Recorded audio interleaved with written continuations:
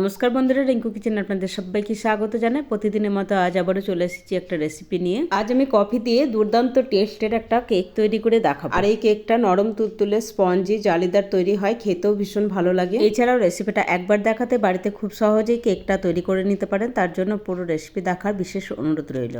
রেসিপিটা বানানোর জন্য প্রথমে একটা পাত্র নিয়ে ওর মধ্যে দিয়ে দিচ্ছি হাফ কাপ মতো চিনি। তবে চিনিটা আমি গোটা চিনি ব্যবহার করছি, আপনারা চাইলে চিনিটা গুঁড়ো করেও ব্যবহার করতে পারেন। আর চিনিটা আপনাদের স্বাদ মতো কম বেশি করে দিবেন। এবার এই চিনির মধ্যে দিয়ে দিচ্ছি একই কাপ মেপে হাফ কাপ উষ্ণ গরম দুধ। এই রেসিপির জন্য কাঁচা দুধ ব্যবহার করা যাবে না, তার জন্য দুধটাকে হালকা কুসুম গরম করে নিতে হবে। এতে করে চিনিটা গলে গিয়ে দুধের সাথে ভালোভাবে মিশে যাবে। চিনিগুলো যতক্ষণ পর্যন্ত না গলছে ততক্ষণ এভাবে একটু নাড়াচাড়া করে দিব।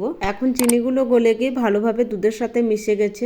এবার দিয়ে দিচ্ছি 2 চামচ মতো কফি পাউডার। আর এই কফি পাউডারটা দেওয়ার পর দুধের সাথে ভালোভাবে মিশিয়ে নিতে হবে। এটা যদি আপনাদের কাছে না থাকে তাহলে কাঁটা চামচ দিয়েও মিশিয়ে নিতে পারেন। কফিটা অনবরত নাড়াচাড়া করে দুধের সাথে ভালোভাবে মিশিয়ে নিলাম। এবার ময়দাটা চেলে নিব, তার জন্য একটা চালনি নিয়ে নিলাম। আর এই চালনির মধ্যে নিয়ে নিচ্ছি 1 কাপ মতো ময়দা। তবে ময়দাটা একবারে দিব না, 2-3 বারে চেলে নিব। অনেকেই আছে ময়দা পছন্দ করে না, তাহলে আপনারা ময়দার পরিবর্তে আটা দিয়ে কেকটা বানিয়ে নিতে পারেন। কেকটা খুব সহজ আর সিম্পল ভাবে তৈরি করে দেখাচ্ছি, যে কেউ একবার দেখাতেই বানিয়ে নিতে পারেন। সমস্ত ময়দাটা চেলে নিলাম। এবার ময়দার সাথে কফির ব্যাটারটা ভালোভাবে মিশিয়ে নিব। মিশানোর সময় ময়দাটা যাতে কোনোভাবে দলা না পেকে থাকে সেদিকে অবশ্যই খেয়াল রাখবেন। ভালোভাবে মিশিয়ে নিলাম। এখনো ব্যাটারটা অনেকটা পরিমাণে ঘন আছে, তার জন্য আবারও 2-3 চামচ মতো দুধ দিয়ে দিলাম। এবার দুধের সাথে ব্যাটারটা ভালোভাবে মিশিয়ে নেব। দুধটা খুব বেশি দিবেন না, তাহলে কেকের ব্যাটারটা পাতলা হয়ে যাবে। অল্প অল্প দুধ দিয়ে কেকের ব্যাটারটা তৈরি করে নেবেন।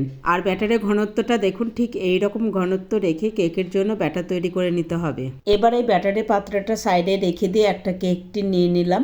এর মধ্যে অল্প একটু তেল ব্রাশ করে দিচ্ছি, এতে করে কেকটা ভালোভাবে ছেড়ে আসবে। তারপর একটা বাটার পেপার বসিয়ে ওর মধ্যে আবারও তেল ব্রাশ করে দিচ্ছি। বাটার পেপারের ওপরে তেলটা ভালোভাবে লাগিয়ে দিলাম। এবার কেক টিনের পাত্রটা সাইডে রেখে দিয়ে এদিকে কেকের ব্যাটারটা নিয়ে নিলাম। এবার এর মধ্যে 1 প্যাকেট ইনো দিয়ে দিচ্ছি, তার সাথে 1 চামচ মতো দুধ দিয়ে দিলাম। আপনারা চাইলে ইনোর পরিবর্তে বেকিং পাউডার, বেকিং সোডা দিয়ে কেকটা তৈরি করে নিতে পারেন। এবার হালকা হাতে ব্যাটারের সাথে ভালোভাবে মিশিয়ে নিতে হবে। হালকা হাতে ইনোটা ব্যাটারের সাথে ভালোভাবে মিশিয়ে নিলাম। এখন আবারও কেকের ব্যাটারটা আপনাদের দেখিয়ে দিচ্ছি। দেখুন কেকের জন্য একদম ব্যাটারটা তৈরি হয়ে গেছে। এখন কেক টিনটা নিয়ে ওর মধ্যে কেকের ব্যাটারটা ঢেলে দিচ্ছি। পুরো ব্যাটারটা ঢেলে নেওয়ার পর কেক টিনটা হালকা হাতে 2 থেকে 3 বার ট্যাপ করে নিচ্ছি। এই কেকটার জন্য খুব বেশি ট্যাপ করা যাবে না। এবার কেকটা বেক করে নেব, তার জন্য আগে থেকে একটা বড় সাইজের পাত্র গ্যাসের চুলায় বসিয়ে তার মধ্যে কিছুটা পরিমাণে লবণ দিয়ে একটা স্ট্যান্ড গরম হতে রেখেছিলাম। 5 মিনিট হাই ফ্লেমে গরম করে নিচ্ছি। এবার কেক টিনটা বসিয়ে দিলাম। এবার ওপর দিয়ে ঢাকনা দিয়ে প্রথমে 5 মিনিট মতো হাই ফ্লেমে রান্না করে নিব। তারপর গ্যাসের ফ্লেমটা মিডিয়ামে করে আরো 30 থেকে 35 মিনিট রান্না করে নিব। এখন 40 মিনিট পর ঢাকনাটা তুলে আপনাদের কেকটা দেখাচ্ছি। দেখুন কেকটা সাইজে কতটা ফুলেছে। কেকটা ঠিক মতো রান্না হয়েছে নাকি সেটা একটা ছুরির সাহায্যে চেক করে নিচ্ছি। দেখুন ছুরির গায়ে লেগে নাই, তার মানে কেকটা ভালোভাবে রান্না হয়েছে। এবার কেক টিনটা উঠিয়ে ঠান্ডা হওয়ার জন্য সাইডে রেখে দিব।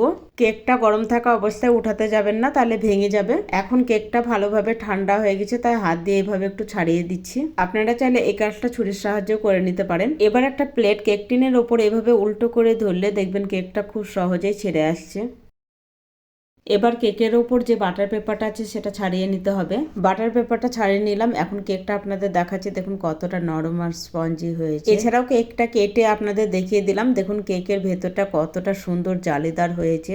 কফি দিয়ে বাড়িতে খুব সহজে নরম তুলতুলে স্পঞ্জি কেক তৈরি করে নিতে পারেন। আর এই কেকটা ভীষণ টেস্টি হয়। আজকের রেসিপিটা আপনাদের কেমন লেগেছে অবশ্যই কমেন্ট করে জানাবেন। রেসিপিটা ভালো লাগলে লাইক, শেয়ার, সাবস্ক্রাইব করে আমার পাশে থাকার বিশেষ অনুরোধ রইল। আজ এই পর্যন্ত, দেখা হবে আবার নতুন কোনো রেসিপির সাথে। ততক্ষণ ভালো থাকবেন, সুস্থ থাকবেন।